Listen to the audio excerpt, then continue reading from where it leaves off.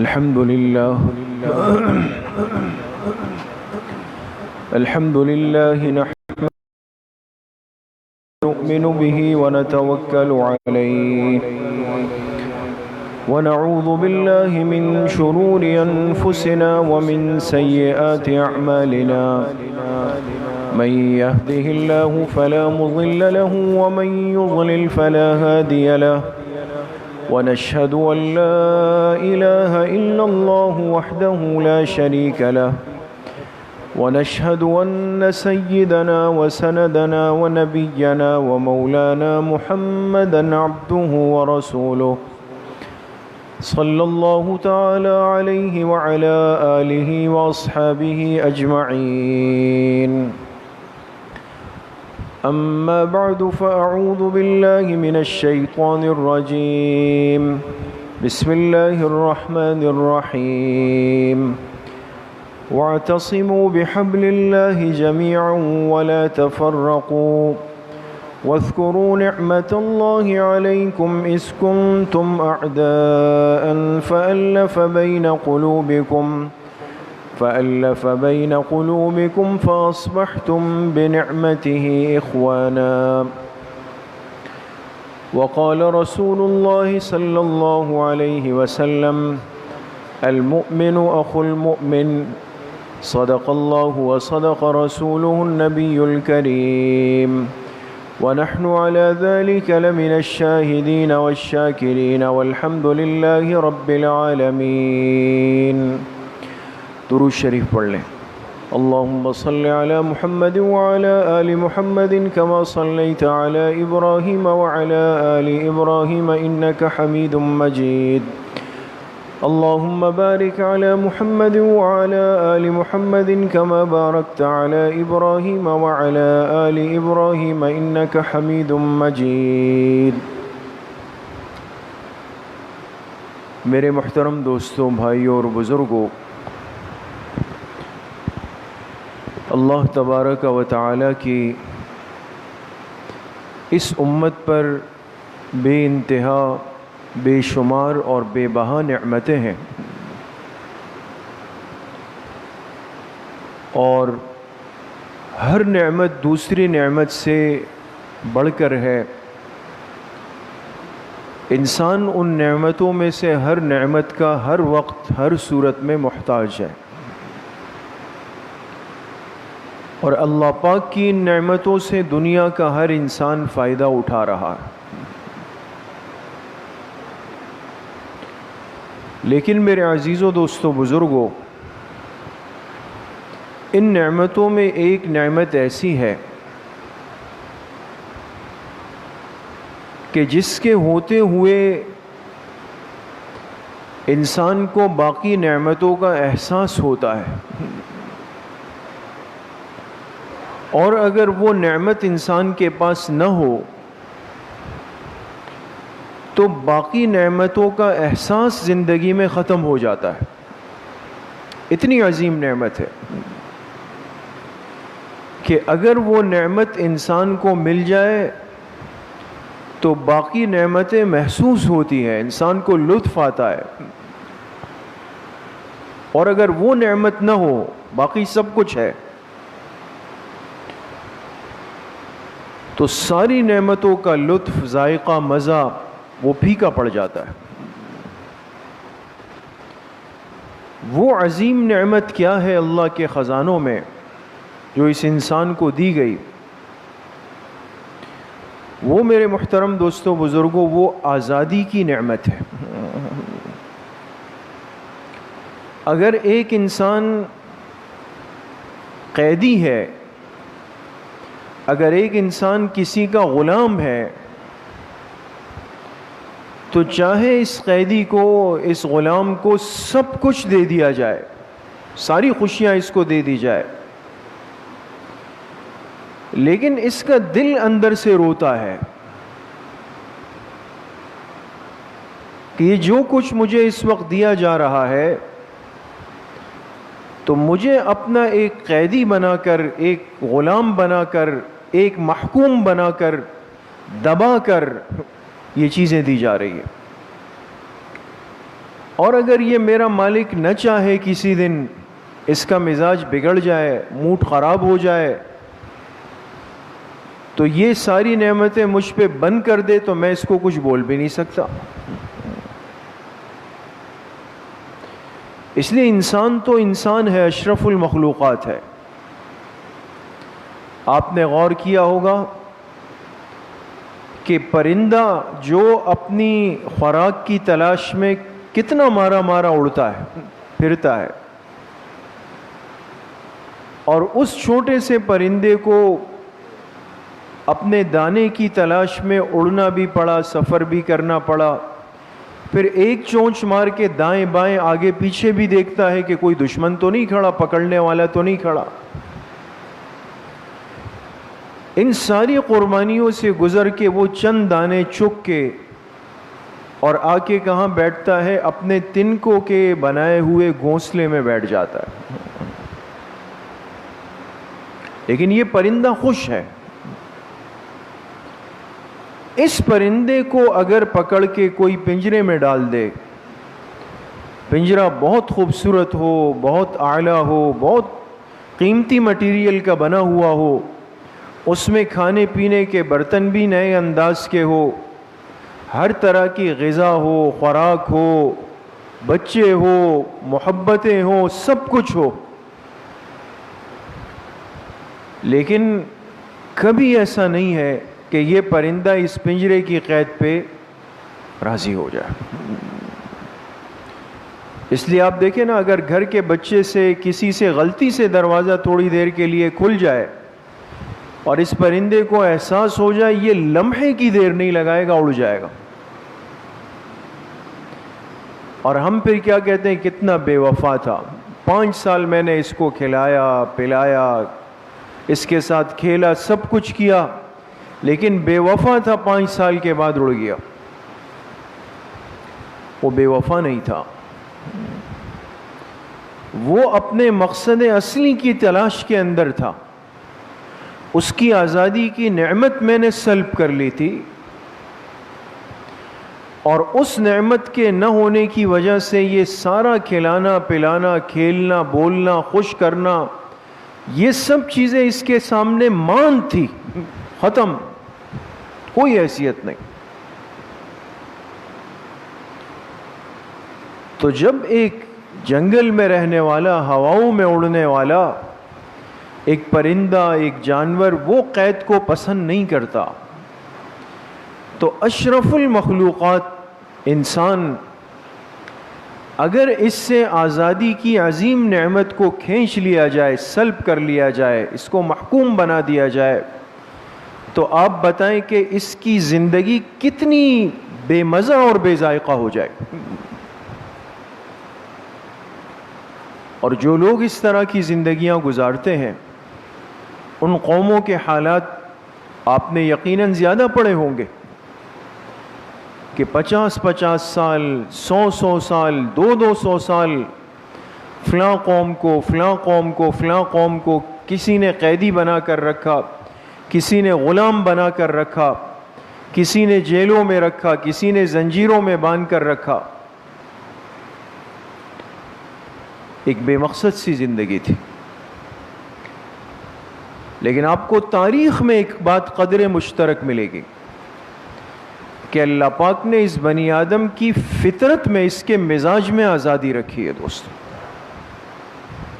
آزادی۔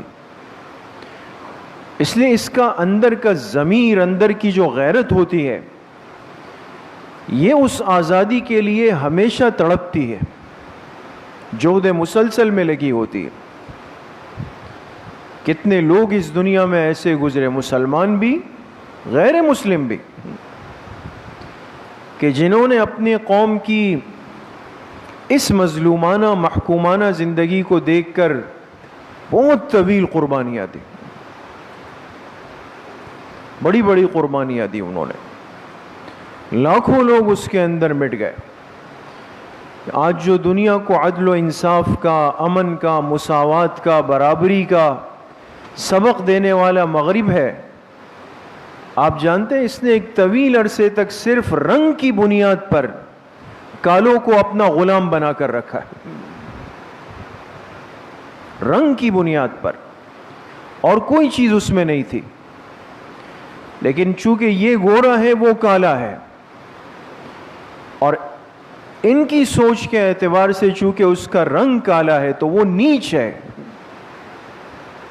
وہ گھٹیا ہے، تو وہ ان کے سامنے ایک غلام بن کر، قیدی بن کر زندگیاں گزارتے تھے،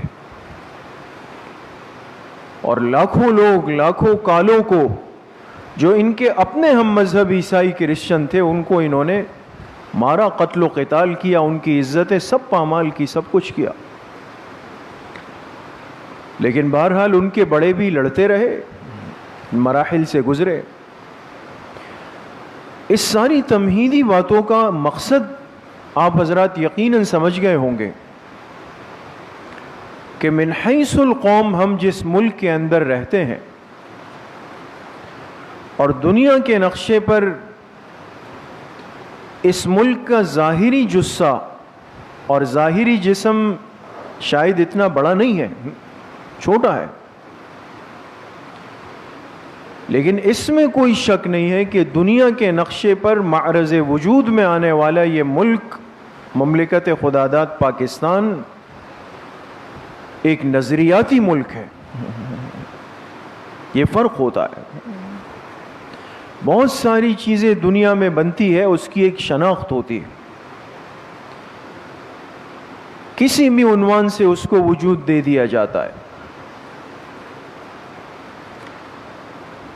لیکن یہ بات محققین نے لکھی ہے کہ اس دنیا کے نقشے پر آج تک جو اس وقت دنیا کا نقشہ ہے، صرف 2 ملک ایسے ہیں کہ جو نظریے کی بنیاد پر بنے، 2 ملک، ایک مسلمان، ایک کافر۔ جو اسلامی ملک خالصتاً نظریہ اسلام کی بنیاد پر بنا، وہ پاکستان ہے، اور دوسرا ملک اسرائیل ہے، یہود کا، جو خالصتاً یہودیت کے نظریے کی بنیاد پر بنا، اور اس کا وجود تو نہایت مختصر ہے، لاکھوں میں اس کی آبادی ہے۔ پاکستان کی آبادی تو الحمدللہ کروڑوں میں ہے، کروڑوں کے اندر ہے،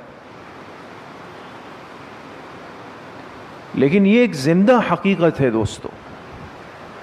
آج ان باتوں کو شاید ہمیں بتانے والے لوگ بہت کم رہ گئے ہوں، ہمارے ماحول میں شاید گنے چنے لوگ ہوں گے کہ جنہوں نے 1947 کی آزادی کی ان قربانیوں کو اپنی آنکھوں سے دیکھا ہو، ہے، موجود ہے، لیکن اب بہت کم رہ گئے، اور بہت بڑی محرومی اور بدنصیبی ہماری یہ ہے کہ دنیا میں وہ قوم ترقی کرتی ہے کہ جس کو اس کے نظریے کی تعلیم دی جائے۔ آپ جانتے ہیں ہمارے پڑوس میں چائنا ہے، قریب میں رشیا ہے، یہ 2 وہ ممالک ہیں کہ جس میں سب سے زیادہ کمیونزم کا اثر چل رہا ہے، کمیونسٹ، یہ کمیونسٹ ہے، یہ اللہ کے وجود کے منکر ہیں، ان کے نزدیک اللہ کا کوئی تصور نہیں ہے، نعوذ باللہ۔ تو آپ نے سنا ہوگا کہ ایک نظام باقاعدہ دنیا میں بنایا گیا جس کو کمیونزم کہتے تھے، تو چائنا کے اندر بھی اور رشیا کے اندر بھی آج تک جو بچہ اسکول میں تعلیم کے لیے جاتا ہے اور جب تک اس کی تعلیم مکمل ہوتی ہے، ان کے ہر سال کے تعلیمی نصاب کے اندر کمیونزم کی نظریے کی تعلیم موجود ہے۔ بھئی من حیث القوم، آپ اپنے بچوں کو، آنے والی نسلوں کو یہ بتائیں تو صحیح کہ آپ کا نظریہ کیا ہے۔ آج آپ دیکھیں نا، ہمارے کتنے نوجوانوں کو، کتنے بچوں کو یہ پتہ ہے، یہ ملک ہمارا الحمدللہ جو اللہ کی عظیم نعمت ہے، اور ایک طویل قربانیوں کی داستان جس کے اندر چھپی ہوئی ہے. یہ اپنے کتنے سال، اب کتنی عمر پوری کر رہا ہے؟ 75 سال. 75واں سال اس ملک کی عمر کا پورا ہو رہا ہے. یہ 75 سال کا ہو رہا ہے، جو ایک اچھی خاصی عمر ہے. لیکن 75 سال کے بنے ہوئے اس ملک میں آج آپ مقدار خواندگی کو دیکھیں اور تعلیم حاصل کرنے والے بچوں اور نوجوانوں کا آپ ایک سروے کر لیں، باقی سے ہٹا کر.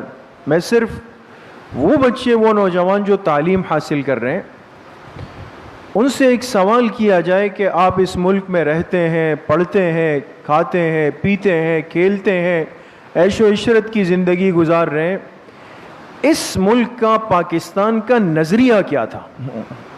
نظریہ پاکستان کیا ہے وہ بتا دیں.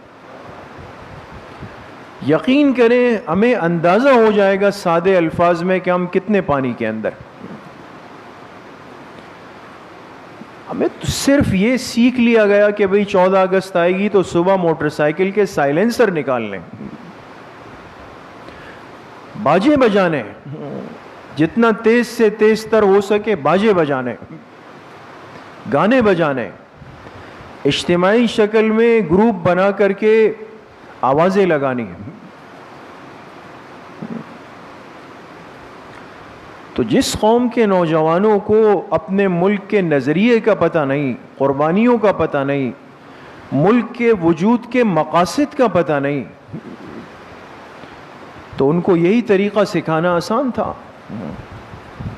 کہ بھئی ایک دن ہے، اس میں بھی چلو یہ ناچ گانے کر لو، لوگوں کو تکلیف میں مبتلا کر لو، پریشان کر لو، اور یہ ہمارا جشن آزادی ہوگا.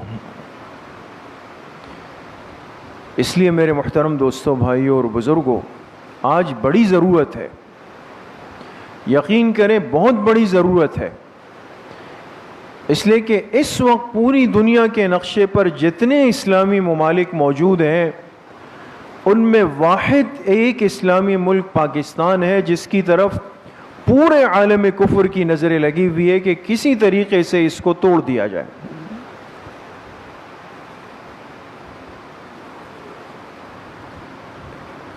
اس کے اتحاد کو ختم کر دیا جائے. اور وہ ہم اپنی کھلی آنکھوں آج دیکھتے ہیں، کوئی اچنبے کی بات نہیں ہے کہ کوئی نہ کوئی عنوان استعمال کر کے اس قوم کو اس کے اپنے اصلی دشمن سے نہیں، اپنے بھائی سے، مسلمان بھائی سے، قومی بھائی سے، ملکی بھائی سے اس کو بھڑا دیا جاتا ہے، اس کو لڑا دیا جاتا ہے. اور بہت آسان ہے، چونکہ یہ قوم معرض وجود میں جب آئی تو ایک قربانیاں ساتھ لے کے آئی ہے. اور ایک بات یاد رکھیں کہ جس چیز کی بنیاد میں قربانی ہوتی ہے وہاں جذبات ہوتے ہیں، لیکن اس جذبات کی حفاظت اور اس کو صحیح رخ دینے کی ضرورت ہے، اور وہ دینے والے افراد گنے چنے. اور اگر کوئی کوشش کرتا ہے تو اس کی عمر بیچارے کی زیادہ نہیں رہتی. پھر تو ایک جذباتی فیکٹر تو اس قوم کی بنیاد میں پڑا ہوا ہے. تو جب جس ملک دشمن کا دل چاہتا ہے، جو اس ملک سے نالا ہے، اس ملک کے وجود سے نالا ہے، اس ملک کے مقصد سے نالا ہے، اور پوری دنیا کی اسلامی دنیا میں اس ملک کا جو کردار ہے مسلمہ، اس سے نالا ہے، وہ ان جذباتی فیکٹر کو استعمال کرتے رہتے ہیں، اس کو بند نہیں ہونے دیں گے. کبھی آپ دیکھیں گے کہ قومیت کی بنیاد پر ہم لڑ پڑیں گے، آپس تقسیم ہو جائیں گے، ایک ساتھ ایک علاقے، ایک محلے، ایک معاشرے میں رہنے والے افراد. لیکن آپ ایک دن صبح اٹھیں گے تو پتہ چلے گا کہ جی فلاں اور فلاں زبان کی بنیاد پر لڑ پڑے ہیں آپس میں. ایک ہفتہ گزرے گا آپ کو پتہ چلے گا کہ فلاں اور فلاں مسلک کی بنیاد پر لڑ پڑے ہیں آپس میں. ایک ہفتے بعد آپ اٹھیں گے جی فلاں اور فلاں وہ برادریوں کی بنیاد پر آپس میں لڑ پڑے ہیں. ایک ہفتے بعد آپ اٹھیں گے پتہ چلے گا فلاں اور فلاں وہ سیاست کی بنیاد پہ لڑ پڑے ہیں آپس میں. یہ تو ہمارے شعور کی حالت ہے دوست. باتیں کرنا تو آسان ہے, ایک دن سیمینار کر کے اور پرچم کشائی کر کے اور چند باتوں میں اس ملک کی تعریف کر کے اور بڑوں کا تذکرہ کر کے یہ تو آسان ہے. لیکن ملک بنا کیوں تھا؟ کسی بھی چیز کے بننے کا ایک ہدف اور مقصد ہوتا ہے. آج آپ وہ پیمانہ تو رکھیں کہ پاکستان اپنے بننے کے مقصد کے کتنے قریب پہنچا ہے, یا دیکھ لیں کہ کتنا پیچھے چلا گیا ہے.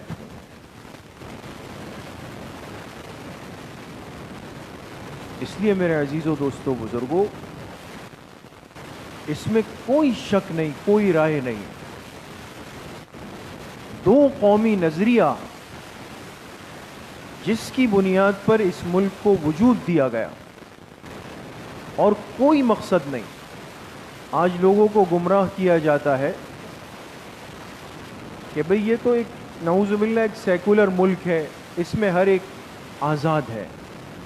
میں آپ سے عرض کروں کہ آزاد ہونے کا مطلب جو یہ طبقہ لیتا ہے وہ نہیں ہے جو آپ کے ذہن میں.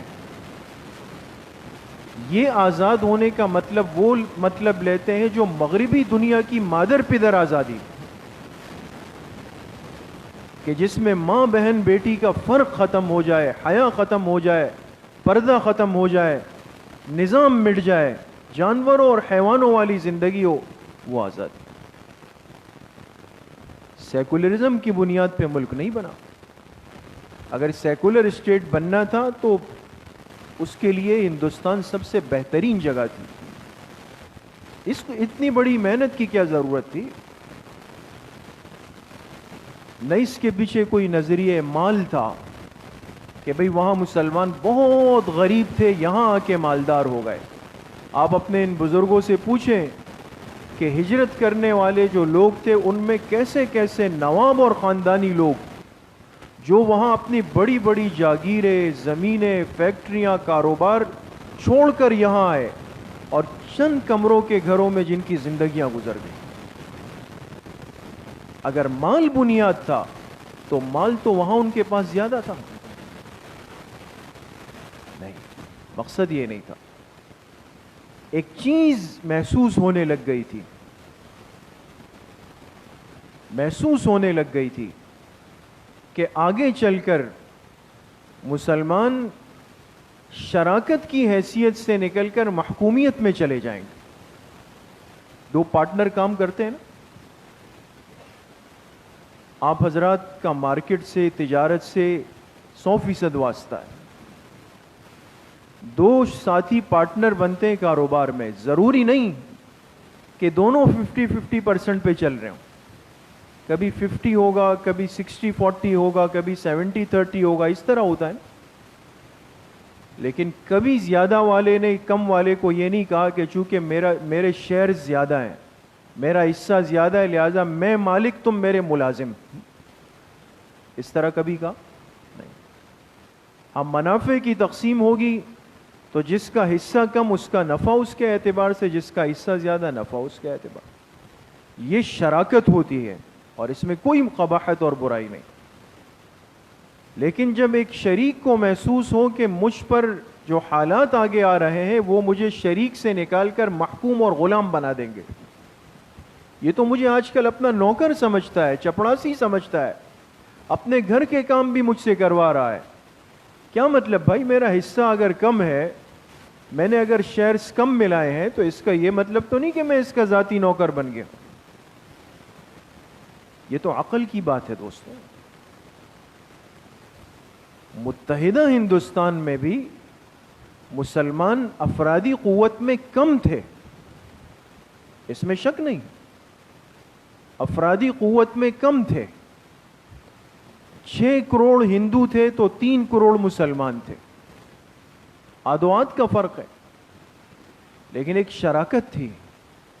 وہ لوگ بھی جانتے تھے کہ اس قوم کا ایک کردار رہا ہے،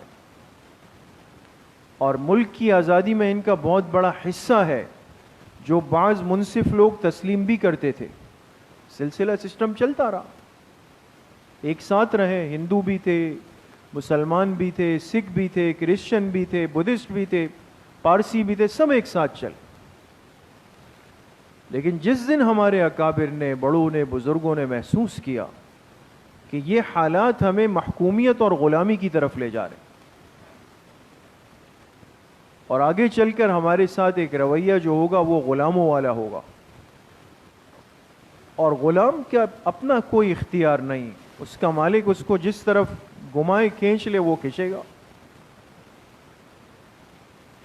اب دو قومی نظریہ، اور یہ بات یاد رکھیں کہ لفظ تو اردو کا ہے لیکن اس کا تصور قرآن کریم کا ہے، قرآن کریم کا ہے۔ اللہ پاک کیا فرماتے ہیں؟ هو الذی خلقکم، هو الذی خلقکم فمنکم کافر ومنکم مؤمن۔ یہ یاد رکھیں، بہت بڑی دلیل آپ حضرات کو آج کے جمعے کے بیان میں دے کے جا رہا ہوں۔ کوئی کہے نا پاکستان بنانے کی ضرورت کیا تھی؟ اللہ پاک نے قوموں کو جو تقسیم فرمایا ہے، ان کی تقسیم وہ نظریے کی بنیاد پر، ایک نظریہ اسلام ہے، ایک نظریہ کفر ہے۔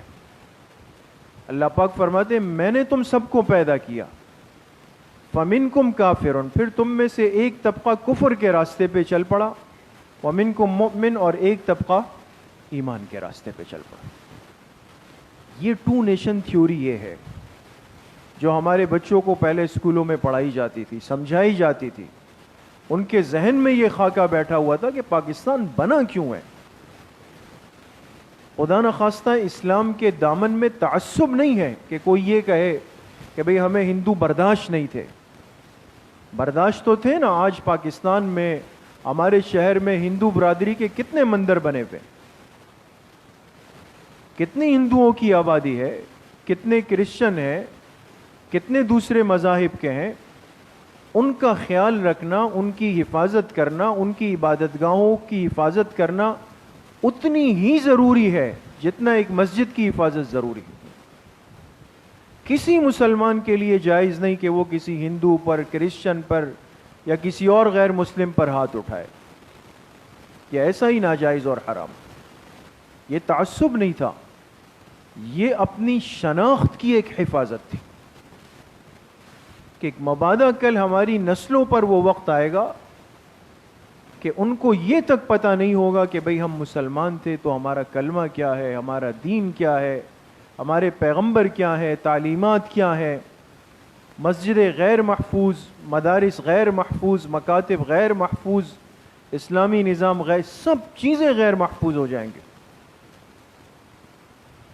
اس نظریے کو سامنے رکھ کر میرے عزیزو، دوستو، بزرگوں، ایک جہد مسلسل کے بعد، اکابر کی راتوں کی دعاؤں کے بعد، بزرگوں کے مشوروں اور استخاروں کے بعد یہ طے ہوا کہ بھئی ایک تحریک چلا کر کے اسلام کو ایک مستقل شناخت دینی چاہیے۔ پاکستان دنیا کے نقشے پر صرف ایک ملک نہیں، یاد رکھیں، یہ پاکستان دنیا کے نقشے پر دین اسلام کی ایک شناخت ہے، ایک علامت اور پہچان ہے۔ اس لیے آج دنیا کے جس کونے میں جس مسلمان ملک کو تکلیف پہنچتی ہے، اس پہ قدغن آتی ہے، چاہے وہ ہمارے عرب بھائی ہوں، حرمین الشریفین ہو، سب کی نظریں سب سے پہلے پاکستان کی طرف آتی۔ اس لیے بہت بڑی نعمت ہے، اور اسی نعمت کا نتیجہ ہے، اسی قربانیوں کا نتیجہ ہے کہ باوجود ان تمام کمزوریوں کے، مشکلات کے، غلطیوں کے، ناعاقبت اندیش لوگوں کے ہم پر مسلط ہونے کے باوجود بھی ہم بڑی راحتوں میں زندگیاں گزار رہے ہیں۔ پوچھیں اپنے ان مسلمان بھائیوں سے جو بیرون دنیا میں زندگی گزارتے ہیں، ان سے کسی دن پوچھیں۔ ہمیں تو یہاں لگتا ہے کہ بھئی ان کے اس جیب میں بھی ڈالر ہے، اس جیب میں پاؤنڈ ہے، اور اس جیب کے اندر جو ہے وہ درہم اور دینار بھرے ہوئے ہیں۔ ایسا نہیں ہے دوست. یہ جو آپ گھر سے نکلیں اور 3 قدم پہ یہ مسجد، وہ ساتھی وہاں سے نکلے 3 قدم پر وہ مسجد، کس کو اپنی گاڑی میں آدھا گھنٹہ 1 گھنٹہ بیٹھ کے مسجد جانا پڑا؟ پوچھیں ان ساتھیوں سے. وہ کہتے ہیں ہم جمعے کے دن 1 گھنٹے کی ڈرائیو کر کے جامعہ مسجد جاتے ہیں، جمعے کی نماز پڑھ کے آتے ہیں. ہر ایک بیچارہ پریشان ہے کہ میری بچیاں بڑی ہو رہی ہیں، کہیں میرے ہاتھ سے نکل نہیں جائے، ان کی تربیت کا میں کیا کروں. ہمارے پاس تو الحمدللہ ہر چیز موجود ہے. ٹھیک ہے من حیث القوم ہم نے بہت سارے نقصانات کیے، انفرادی طور پہ بھی اجتماعی طور پہ بھی ہمارے اندر غلطیاں ہیں، کمزوریاں ہیں، کوتاہیاں ہیں، لیکن مقصد صرف عرض کرنے کا ایک جملہ ہے، ایک جملہ، کہ ان تمام خرابیوں کا ذمہ دار خدا را پاکستان کو قرار نہ دیا جائے. اگر ایک آدمی عمارت بنا کر پھر اس پہ ہتھوڑا مارتا ہے تو قصوروار ہتھوڑا مارنے والا ہے دوستو، عمارت نہیں ہے. ہم پاکستان کو کیوں برا بھلا کہتے ہیں؟ کسی کے سامنے بیٹھیں گے تو اتنے عاجز بن کر احساس کمتری میں مبتلا ہو کر کہیں گے بھئی ہمارا تو سسٹم خراب ہے، نظام خراب ہے، فلاں خراب ہے، فلاں خراب ہے، جیسے میں نے کئی دنوں سے کچھ کھایا نہیں بیٹھا ہوا ہوں. یہ ناقدری کے جملے ہم خود بولتے ہیں دوست. تو آج الحمدللہ اس ملک کو 75 سال پورے ہو رہے. 14 اگست 1947 سے لے کر 14 اگست 2022 تک 75 سال کا یہ عرصہ اس اسلامی ملک نے اپنی ایک شناخت کے ساتھ دنیا کے نقشے پر رہ کے گزارا. اس میں میرے عزیزوں دوستوں بزرگوں ہمارا ایک کردار ہونا چاہیے.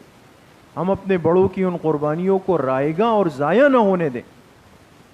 انفرادی طور پر میں اپنے ملک کو کسی طریقے سے نقصان نہ پہنچاؤں، کسی غلط عمل میں مبتلا نہ ہوں، کسی غلط کے لیے آلہ کار نہ بنوں، اور جب دعا کے لیے ہاتھ اٹھاؤں تو اس ملک کے لیے اور اس ملک کو اخلاص کے ساتھ بنانے والوں کے لیے بھی دعا کروں.